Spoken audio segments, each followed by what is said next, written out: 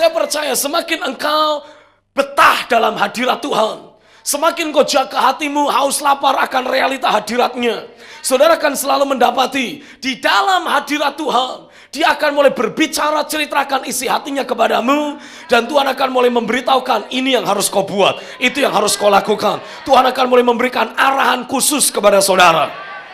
Halo, amin. Tuhan akan mulai memberikan petunjuk-petunjuk yang secara spesifik, kalau engkau taati, akan menciptakan terobosan besar terjadi. Come on, katakan amin.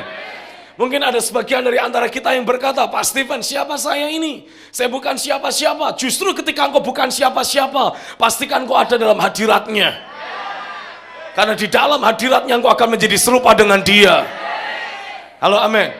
Bahkan ketika saudara merasa, aku mampu, aku bisa, aku sanggup, engkau harus tetap tinggal dalam hadiratnya. Agar engkau tidak menjadi sombong, engkau tidak menjadi angkuh. Engkau tidak lagi mengandalkan kekuatan dan kemampuanmu sendiri. Karena di dalam hadiratnya, ketika engkau melihat Dia, engkau berhadapan muka dengan Dia, engkau akan diubahkan jadi serupa dengannya. Amin, amin. Dan ini yang saya mau tegaskan buat saudara.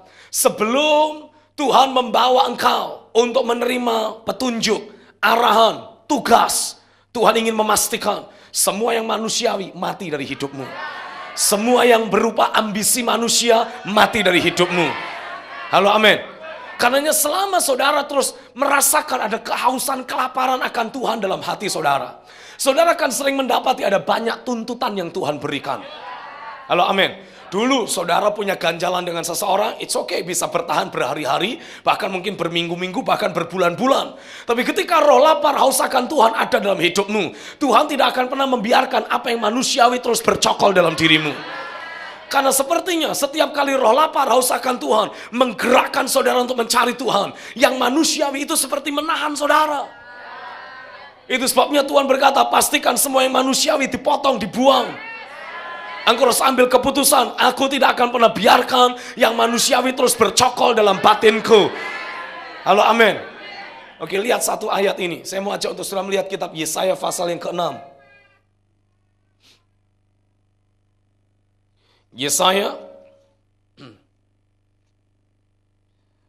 pasal yang ke-6. Saya ajak untuk kita bisa baca mulai dari ayat yang pertama. Yesaya pasal yang ke-6 mulai dari ayat yang pertama. Sudah ketemu semua? Mari saya ajak untuk kita bisa baca sama-sama ayat 1 sampai ayat yang ke-8. Semua sudah ketemu? Kalau sudah ketemu, ayo saya ajak untuk kita bisa baca sama-sama dengan suara yang keras. 1, 2, 3. Dalam tahun matinya Raja Uzia, aku melihat Tuhan duduk di atas tahta yang tinggi dan menjulang, dan ujung jubahnya memenuhi bait suci.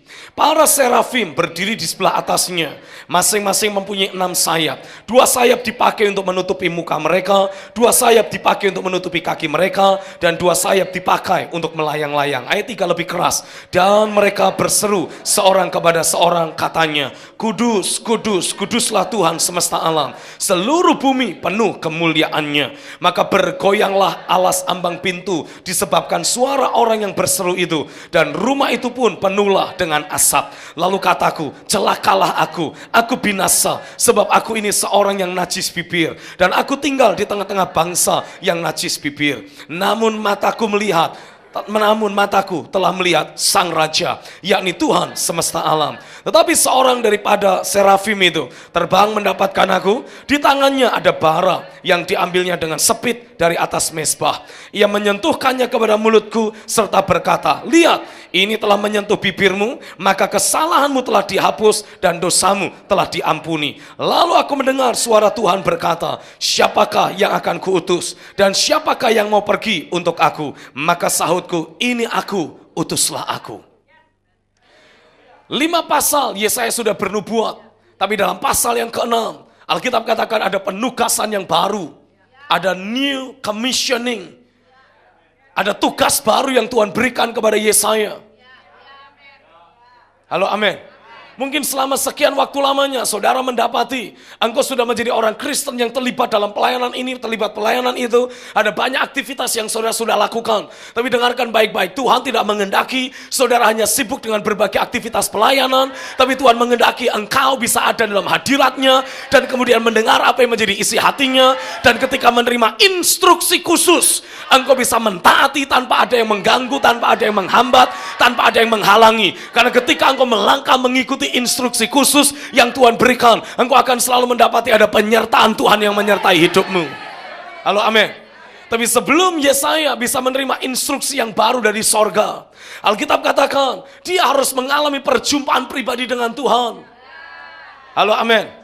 Dan sebelum Yesaya bisa mengalami perjumpaan pribadi dengan Tuhan, harus ada satu peristiwa yang terjadi terlebih dahulu. Raja Uzia harus mati terlebih dahulu. Apa yang dimaksud dengan matinya Raja Uzia? Dengar baik-baik.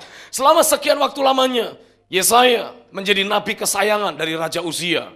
Tanpa disadari, Yesaya karena terus-menerus mendapatkan berbagai fasilitas dan berbagai kemudahan oleh Raja Uzia, mulai mengandalkan Raja Uzia lebih daripada mengandalkan Tuhan. Itu sebabnya ketika Yesaya melihat Tuhan dan dia mendengar para serafim berteriak, kudus, kudus, kuduslah Tuhan. Dia mendapati, ambang pintu bait suci langsung bergetar. Getaran yang terjadi membuat Yesaya sadar, selama ini aku bernubuat, 5 pasal aku bernubuat, tidak ada sesuatu yang terjadi. Tapi ini orang, ini serafim hanya mengucapkan satu kata, kudus, kudus, kudus, dan langsung terjadi goncangan. Itu sebabnya Yesaya disadarkan dan dia berkata, aku manusia celaka, aku sudah berdosa, aku tinggal bersama-sama dengan bangsa yang najis bibir. Aku sudah menjadi sama seperti mereka, mengandalkan manusia. Oh, hari ini saya mau tegaskan buat saudara, jaga hatimu selalu haus lapar akan Tuhan. Hati yang haus lapar akan Tuhan akan terus mendorong, menggerakkan engkau untuk semakin masuk dalam hadiratnya, terus mendesak masuk dalam hadiratnya. Dan pada saat engkau terus didorong untuk mendesak masuk dalam hadiratnya, roh yang sama akan meluruskan hatimu. Roh itu akan mulai membuat engkau menyadari mana yang masih manusiawi, mana yang masih duniawi, mana yang merupakan kedagingan yang harus terus engkau singkirkan, yang harus terus engkau buang. Halo, amin. Mungkin tidak ada orang yang akan menegur engkau, tapi di dalam hadiratnya, hadirat Tuhan akan memberikan teguran sendiri.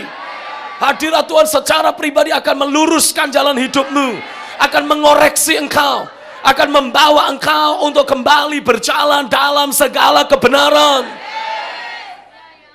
Halo, amin. Dan dengar ini, semua kita hampir bisa dikatakan, kita belum bisa secara penuh memahami seluruh ayat Alkitab. Setuju, amin? Betul, amin? Ada banyak ayat-ayat Alkitab yang masih merupakan misteri buat kita, yang belum tersingkap buat kita. Halo, amin. Tapi ketika engkau ada dalam hadiratnya, ketika roh kebenaran berkuasa atasmu, roh kebenaran akan menuntun engkau dalam segala kebenaran. Karenanya terus pastikan saudara mencintai dia lebih dari apapun juga. Pastikan dari waktu ke waktu hati yang lembut, yang mudah dibentuk, mudah diajar, mau berubah, terus ada dalam hidupmu. Teman, katakan amin. Pastikan dari waktu ke waktu rohmu terus dikuasai kelaparan, kehausan akan realita Tuhan. Bagi beberapa orang mungkin ini statement yang masih ngawang-ngawang, tidak jelas. Karena selama ini kau hidup dalam daging. Itu sebabnya saya berdoa agar semua saudara tanpa terkecuali engkau mulai hidup di dalam rohnya. Halo, amin. Karena hanya mereka yang hidup di dalam roh akan mengalami realitas sorga itu nyata. Akan mengalami hadirat Tuhan itu nyata. Tapi bagi mereka yang masih mau terus hidup dalam daging, engkau akan selalu menganggap roh lapar haus akan Tuhan. Apa itu? Buat saudara itu sesuatu yang menggelikan. Buat saudara mungkin itu sebagai sesuatu yang tidak masuk akal. Tapi itulah yang ditulis oleh Paulus dalam 1 Korintus pasal 2. Apa yang Paulus bagikan kepada jemaat Korintus bersumber dari roh. Hanya akan bisa dipahami oleh mereka yang hidup di dalam roh. Saya berdoa agar semua saudara tanpa terkecuali akan betul-betul punya roh yang lapar haus akan Tuhan dalam hidupmu. Rohmu akan terus menyala-nyala, rohmu akan terus berkobar-kobar. Hatimu akan terus dipenuhi oleh cinta akan Tuhan, cinta akan kebenaran. Amin, amin. Sehingga dari hari ke hari, setiap waktu engkau akan selalu alami rohnya mendorongmu, rohnya menggerakkanmu. Karena kalau saya tidak habis pikir, bagaimana mungkin bisa dalam sebuah ibadah, Ada orang yang mengalami zaman Tuhan dan mayoritas di zaman Tuhan. Tapi ada banyak orang lain yang justru merasa boring. Kapan ini penyembahan selesai? Nggak habis pikir saya, kenapa ada orang yang seperti itu? Karena engkau hidup dalam dagingmu. Tapi ketika engkau memberi dirimu untuk terus dibentuk oleh rohnya, engkau akan alami semakin engkau bersentuhan dengan hadirat Tuhan. Oh, engkau seperti api yang kena bensin. Oh, tambah menyala, tambah meluap, tambah besar. Gairah rohanimu tambah menyala-nyala. Kerinduan hatimu semakin terpupuk. Amin, amin. Karenanya dalam kesempatan siang hari ini saya mau tegaskan buat saudara. Terus jaga hatimu selalu haus lapar akan Tuhan. Karena inilah yang akan membuat engkau terus diluruskan dalam hadiratnya. Terus dibentuk ulang dalam hadiratnya. Terus diubahkan dalam hadiratnya. Sehingga engkau pada akhirnya layak. Katakan, aku dilayakkan untuk menjadi utusan Kristus. Amin. Dan selama saudara terus mengizinkan roh lapar haus akan Tuhan bergelora, berkobar, bekerja kuat dalam hatimu, engkau terus masuk dalam hadirat Tuhan, mendesak masuk dalam realita hadiratnya. Engkau akan selalu mendapati bagaimana kuasa roh akan membawa saudara untuk mulai memahami isi hati Tuhan. Semakin kau dekat dengan dia, semakin dia akan berbicara kepada saudara tentang berbagai macam hal yang ada dalam hatinya. Halo, amin. Tapi kadang-kala ketika Tuhan bicara tentang berbagai hal yang ada dalam hatinya kepadamu, yang menjadi topik pembicaraan bukan dirimu, tapi orang lain. Saya ulangi, Tuhan tidak bicara tentang dirimu, Tuhan bicara tentang orang lain. Tapi pada waktu itulah, Ananias mendapatkan arahan dari Tuhan untuk mendoakan Saulus. Halo, amin. Justru pada waktu itulah, kita membaca, Filipus mendapatkan arahan dari Tuhan tentang apa yang harus dia lakukan. Petrus menangkap ada satu pesan yang dari sorga lewat sebuah penglihatan. Justru pada saat itulah, ketika engkau tidak lagi memikirkan dirimu, ketika seluruh keberadaanmu tenggelam dalam hadiratnya, ketika engkau lihat hanya kemuliaannya, yang engkau lihat hanya isi hatinya, pada saat itulah Tuhan akan mulai memberikan arahan secara spesifik kepadamu. Ini yang harus kau buat, itu yang harus kau lakukan. Ada si A yang harus kau layani, ada si B yang harus kau doakan, ada si C yang harus kau bagikan firman. Halo, amin. Dan ketika engkau taati, sesuatu yang ilahi akan terjadi. Terobosan besar akan terjadi, perubahan besar akan terjadi. Katakan amin. Saya berdoa semua saudara sebagai jemaat akan betul-betul dipersiapkan Tuhan, akan mulai dilatih oleh Tuhan. Jemaat, semua orang-orang percaya, hamba-hamba Tuhan yang dipakai untuk menciptakan terobosan besar, rata-rata mereka adalah orang-orang yang selalu haus lapar akan Tuhan. Bisa dikatakan itu menjadi syarat mutlak. Mereka yang selalu lapar haus akan Tuhan akan menjadi para pemimpin kegerakan. Mereka yang selalu haus lapar akan realita hadirat Tuhan, pasti, katakan pasti. Sekali lagi pasti.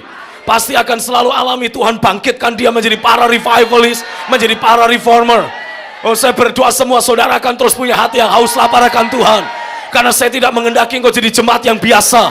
Saya mengendaki engkau menjadi jemaat yang dibangkitkan Tuhan, menjadi para revivalist, menjadi para reformer. Halo, amin.